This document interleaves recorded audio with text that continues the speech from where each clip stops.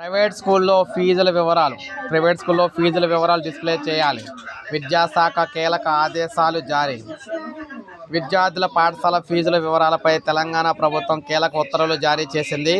రాష్ట్రంలోని అన్ని private, unaided పాఠశాలల్లో ఫీజుల వివరాలను డిస్ప్లే చేయాలని విద్యాశాఖ ఆదేశించింది. పాఠశాల నోటీస్ బోర్డులో, వెబ్సైట్తో పాటు పాఠశాల విద్యాశాఖ పోర్టల్లో కూడా పొందుపరచాలని స్పష్టం చేసింది. నిబంధనలు పాటించని పాఠశాలకు షోకాజ్ నోటీసులు జారీ చేయాలని కూడా చెప్పిందనమాట. 2026-27 విద్యా సంవత్సరానికి సంబంధించి ఫీజుల స్ట్రక్చర్ ప్రదర్శించని పాఠశాలలపై చర్యలు తీసుకోవాలని సూచించింది. ఈ మేరకు జిల్లా విద్యాశాఖ అధికారులకు కూడా ఆదేశాలు అయితే జారీ చేసింది.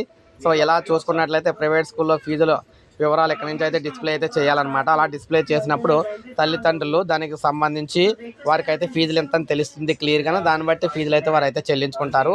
సో ఎక్కడ ఫీజులు ఎలా ఉంటాయి దాన్ని బట్టి అయితే క్లియర్గా తెలుస్తుంది అనమాట. ఇది ఒక మంచి నిర్ణయం చెప్పుకోవచ్చు రాష్ట్ర వ్యాప్తంగా. సో ప్రతి ఒక్కరు కూడా ఒక లైక్ చేయండి, సబ్స్క్రైబ్ చేసుకోండి, మన ఛానల్ సబ్స్క్రైబ్ చేసుకొని